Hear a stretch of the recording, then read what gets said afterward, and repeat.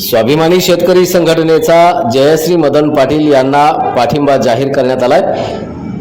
स्वाभिमानी शेतकरी संघटनेचे संस्थापक अध्यक्ष राजू शेट्टी यांनी ही घोषणा केली आहे। सांगली विधानसभा मतदारसंघातील अपक्ष महिला उमेदवार जयश्री मदन पाटील यांना स्वाभिमानी शेतकरी संघटना आणि स्वाभिमानी पक्षाच्या वतीनं पाठिंबा जाहीर करण्यात आला असून याबाबतचं पत्र माजी खासदार आणि स्वाभिमानी शेतकरी संघटनेचे संस्थापक अध्यक्ष राजू शेट्टी यांनी दिले।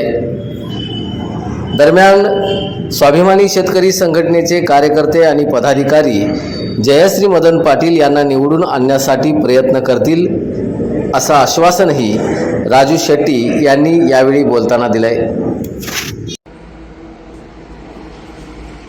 स्वाभिमानी शेतकरी संघटना आणि स्वर्गीय वसंतदादा यांचं घराणं यांचं नातं अतूट आहे। जेव्हा मी पहिल्यांदा 2009 साली लोकसभेची निवडणूक लढवत होतो तेव्हा दादा घराण्यानं मला ठाम असा पाठिंबा दिला होता।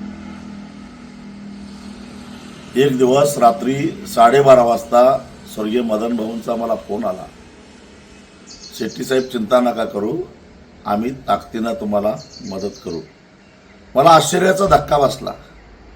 मदन भाऊ त्यावेळी काँग्रेसमध्ये होते, तरीसुद्धा माझ्यासारख्या कार्यकर्त्याला मदत करण्याची भूमिका भाऊंनी घेतलेली होती।